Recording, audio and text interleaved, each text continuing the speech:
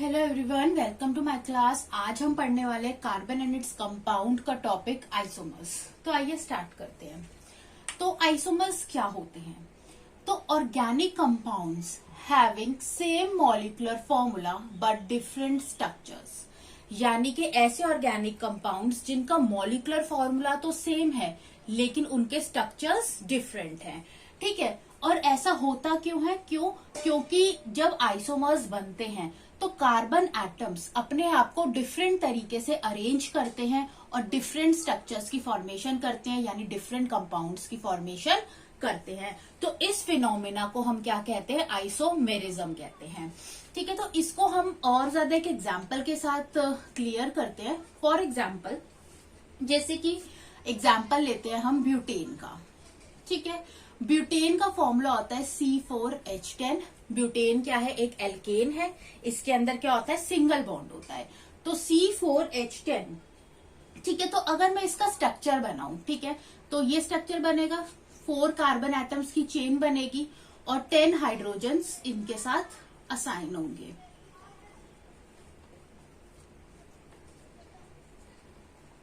कुछ इस तरीके से। तो ये क्या है? ब्यूटेन है, जिसका मॉलिक्यूलर फॉर्मूला क्या है? C4H10। ठीक है, लेकिन अगर मैं इसी स्ट्रक्चर में अगर मैं कार्बन्स का अरेंजमेंट डिफरेंट कर दूं तो एक न्यू कंपाउंड और एक न्यू स्ट्रक्चर की फॉर्मेशन हो जाएगी। यानी कि जैसे अगर मैं 3 कार्बन एटम्स रखूं और चौथा कार्बन एटम यहां पर लगा दूं,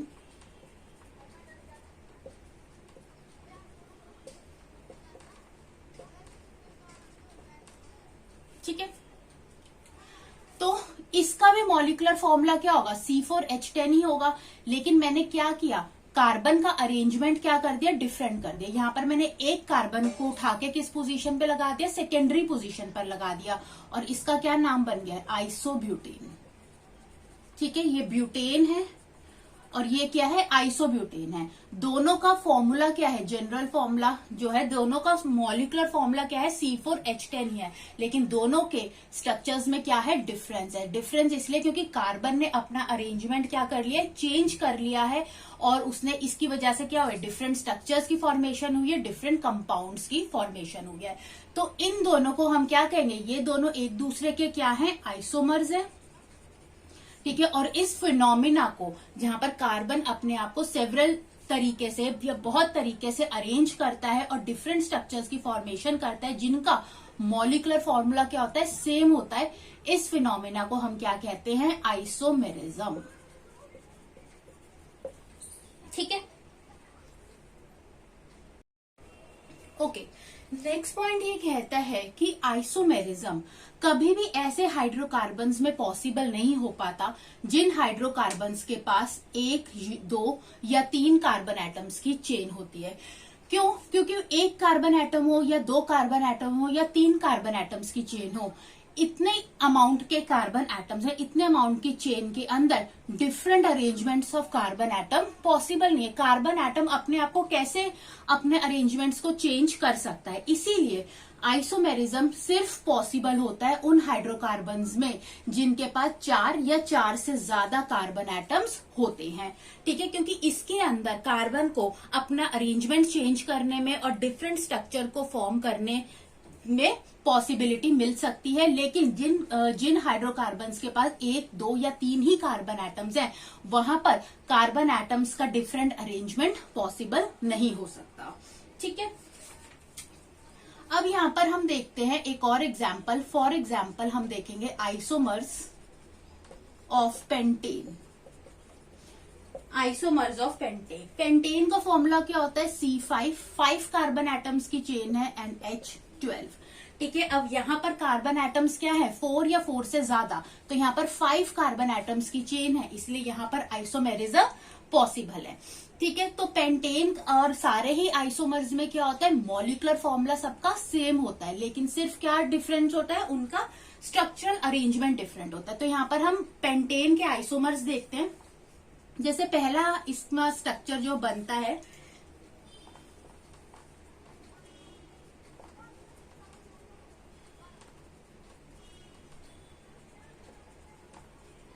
ये स्ट्रक्चर आता है पेंटेन। ठीक है, 5 कार्बन एटम्स की चेन एंड 12 हाइड्रोजन यहाँ पर है, कनेक्ट है।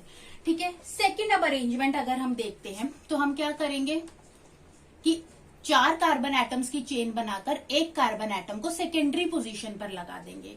ठीक है, तो और जिन हाइड्रोकार्बन्स के अंदर सेकेंडरी पोजीशन पर कोई एल्काइल ग्रुप या कार्बन लगा होता है तो उनको हम आइसो कहते हैं।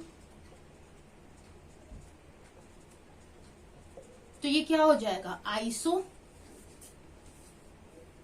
पेंटेन, इसका क्या नाम हो जाएगा, आइसोपेंटेन हो जाएगा। ठीक है, या फिर हमें इसका एक दूसरा नाम भी दे सकते हैं अगर हम इनको नंबर करें तो 2 मिथाइल, 2 पर मिथाइल ग्रुप लगा हुआ है, 2 मिथाइल ब्यूटेन। ठीक है, नेक्स्ट आ जाएगा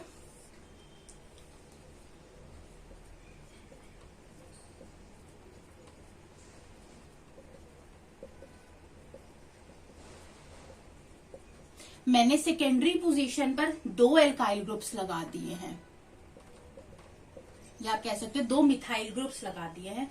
तो इस कंडीशन में ये क्या बन जाता है, नियो। नियो तब लगता है जब सेकेंडरी पोजीशन पर 2 एल्काइल ग्रुप्स लगे होते हैं, तो ये हो जाएगा नियोपेंटेन। और इसका आप केमिकल नेम लिखोगे तो ये हो जाएगा 2,2, क्योंकि सेकेंड पोजीशन पर 2 मिथाइल ग्रुप्स लगे हुए हैं, तो 2,2 di methyl.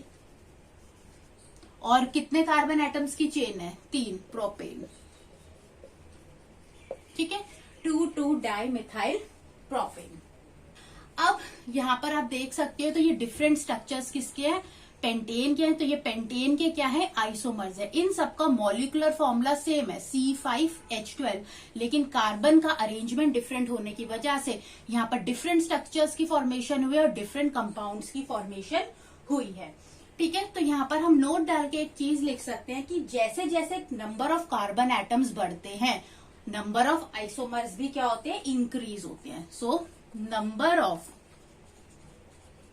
Carbon atom increases,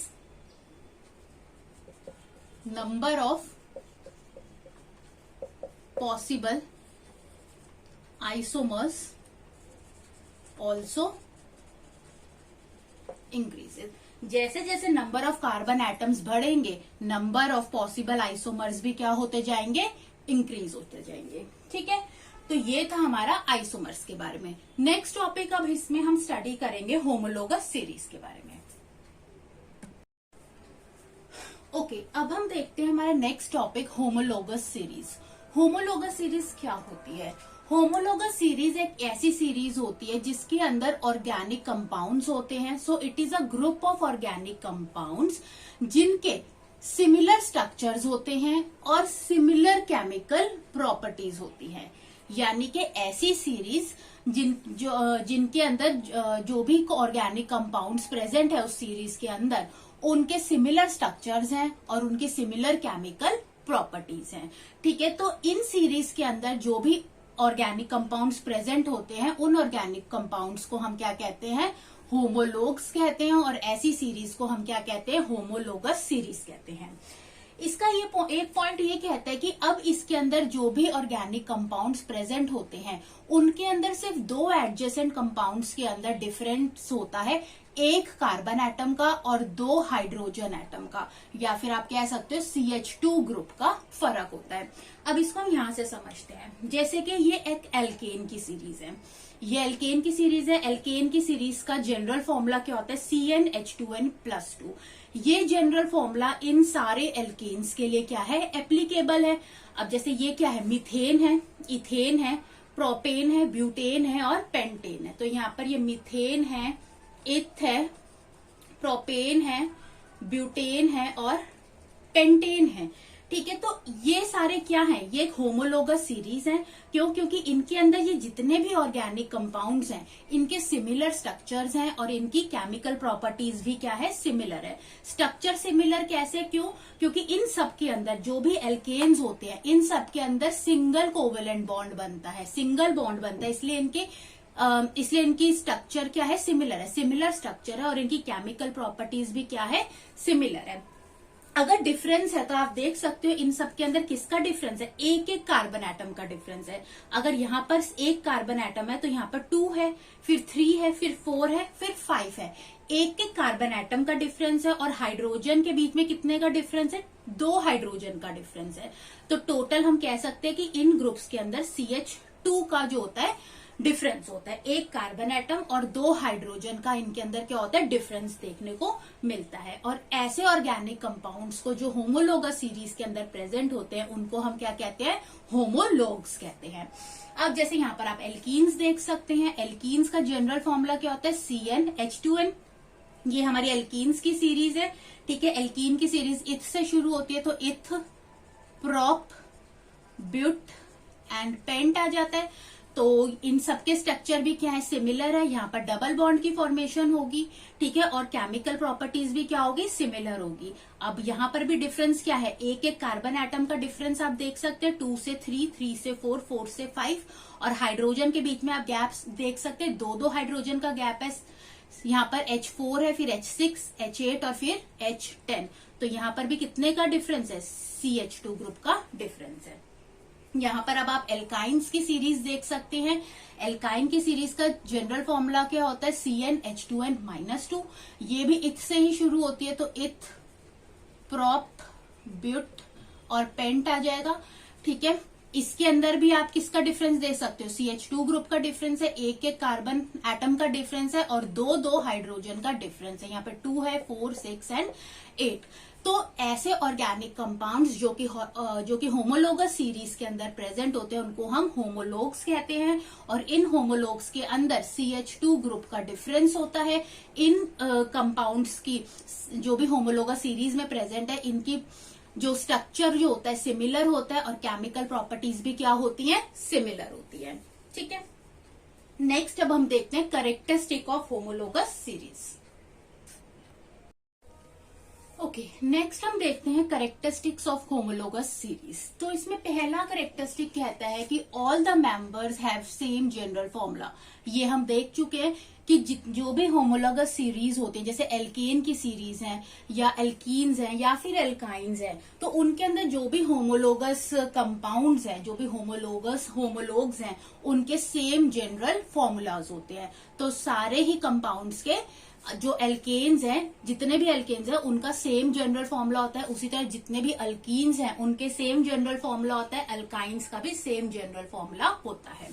second भी हमें ये क्लियर है कैरेक्टरिस्टिक कि 2 adjacent homologs differ by CH2 groups. ये हम देख चुके हैं कि फर्स्ट और सेकंड अगर हम होमोलोग्स देखें, यानी मिथेन और इथेन देखें या इथेन या प्रोपेन देखें, तो उनके अंदर एक कार्बन एटम और 2 हाइड्रोजन का क्या है, गैप है, डिफरेंस है। तो 2 एडजेसेंट होमोलोगस आपस में उनमें डिफरेंस है कितने का, CH2 ग्रुप का डिफरेंस है। थर्ड कहता है कि जितने भी मेंबर्स होते हैं होमोलोगस सीरीज के, उनकी केमिकल प्रॉपर्टीज क्या होती है, सेम होती है। जैसे फॉर एग्जांपल कि जितने भी एल्केन्स हैं वो सब्स्टिट्यूशन रिएक्शन शो करते हैं क्लोरीन के साथ, ठीक है। जो जैसे जैसे अब सब्स्टिट्यूशन रिएक्शन क्या होता है, जैसे मैं यहाँ पर एल्केन ले रही हूँ मीथेन, ठीक है। तो ये मेरा मीथेन है, ठीक है। इसको जब मैंने क्लोरीन के साथ रिएक्ट करवाया Cl2, तो क्या होगा, in the presence of sunlight ये रिएक्शन होगा, सब्स्टिट्यूशन रिएक्शन होगा। यानी ये क्या है, Cl2 इस तरीके से लिख लो या फिर आप Cl इस तरीके से लिख लो। तो यहाँ पर ये जो एक क्लोरीन होगा इस हाइड्रोजन को क्या कर देगा, रिप्लेस कर देगा, इसकी जगह ले लेगा, ठीक है। तो अब हमारे पास क्या बन जाएगा, इस तरीके का कंपाउंड बनेगा। यहाँ पर क्लोरीन लग गया, इस क्लोरीन ने इस हाइड्रोजन की जगह ले ली और यहाँ पर क्या बन गया, HCl यहाँ पे निकल गया। तो हमारे पास यहाँ पर क्या बना, हमारे पास बना यहाँ पर क्लोरोमीथेन। इसको हम क्या कहते हैं, क्लोरोमीथेन, ठीक है। इसी तरीके से सारे एल्केन्स सब्स्टिट्यूशन रिएक्शन शो करते हैं with chlorine in a presence of sunlight, ठीक है। तो इसको फिर से देख लेते हैं कि जैसे हमने मीथेन का रिएक्शन किया Cl2 के साथ इन अ प्रेजेंस ऑफ सनलाइट, तो एक क्लोरीन ने हाइड्रोजन की जगह ले ली और क्या बना लिया, क्लोरोमीथेन बना लिया। और अब एक क्लोरीन बचा, उसने H के साथ बॉन्ड बनाकर हाइड्रोक्लोरिक एसिड बना दिया, HCl बना दिया, ठीक है। नेक्स्ट कहता है कि difference in molecular mass of any two adjacent homologous is 14 units. ये कहता है कि दो एडजेसेंट होमोलोग्स के बीच में उनके मॉलिक्यूलर मास में 14 यूनिट्स का फर्क होता है। कैसे? फॉर एग्जाम्पल जैसे कि हम मिथेन का देखते हैं। सबसे पहले मिथेन का अगर हम मॉलिक्यूलर मास कैलकुलेट करें तो क्लोरीन का क्या हो जाएगा, 12 हो जाएगा, +4 16 यू हो जाएगा। ठीक है। इसका नेक्स्ट जो आता है कंपाउंड आता है that is ethane, C2H6। Carbon का मॉलिक्यूलर मास 12 होता है, इंटू 2 करेंगे, 2 कार्बन है, प्लस हाइड्रोजन का 6 × 1 करेंगे। ठीक है, तो ये कितना आ जाएगा यहाँ पर 30 आ जाएगा। ठीक है, अब आप यहाँ पर देखो 30 यू को -16 यू करोगे तो आपका आंसर क्या आएगा, 14 यू ही आएगा। तो एडजेसेंट होमोलोग्स के मॉलिक्यूलर मास में कितने का फर्क होता है, 14 यू का फर्क होता है। ठीक है। लास्ट कैरेक्टरिस्टिक ये कहती है कि जैसे जैसे हम होमोलोगस सीरीज के अंदर आगे बढ़ते हैं तो मॉलिक्यूलर मास बढ़ता है। क्यों? मॉलिक्यूलर मास कैसे बढ़ता है? क्यों? क्योंकि नंबर ऑफ कार्बन एटम्स बढ़ते चले जाते हैं, और जैसे ही जैसे नंबर ऑफ कार्बन एटम्स बढ़ते हैं तो मेल्टिंग पॉइंट हो गई या बॉइलिंग पॉइंट हो गई, इनके अंदर भी धीरे धीरे क्या आता है, चेंज आता है। मेल्टिंग पॉइंट बढ़ती जाती है, बॉइलिंग पॉइंट भी बढ़ती जाती है। तो ये थी 5 important characteristics of homologous series. तो आपको अच्छा लगा हो ये वीडियो तो आप इसे जरूर लाइक करें एंड सब्सक्राइब करें। Thanks for watching.